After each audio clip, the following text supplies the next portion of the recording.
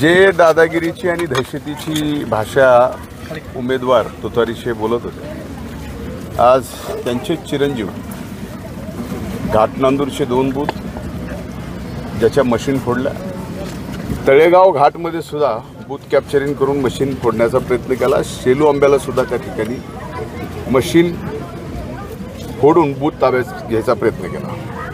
आणि हे करणारे उमेदवार आणि त्यांचे चिरंजीव हेच आहे. त्यामुळं दहशत कुणाची हे आता तुतारी आणि तुतारीच्या वरिष्ठ नेतृत्वाला कळालं पाहिजे आणि या परळीच्या मायबाप जनतेला सुद्धा कळालं पाहिजे. आजपर्यंत अशा प्रकारची घटना आणि गालबोट कधीच कुठं लागलं नाही आजपर्यंत. या मला जसं कळतं ह्या 30 वर्षाच्या निवडणुकीत अशा पद्धतीचं गालबोट कधीच लागलेलं नाही. कुठं बूथ कॅप्चरिंग मशीन फोडणं अमकं तमकं.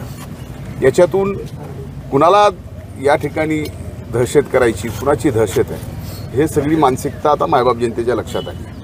मी प्रशासनालाही कळवलं की तात्काळ याबाबतीत कारवाई करा आणि जेवढा वेळ या ठिकाणी मशीन फोडून पुन्हा मतदान चालू होईपर्यंत लागेल तेवढा वेळ त्या ठिकाणी मतदानासाठी त्यांनी दिला पाहिजे.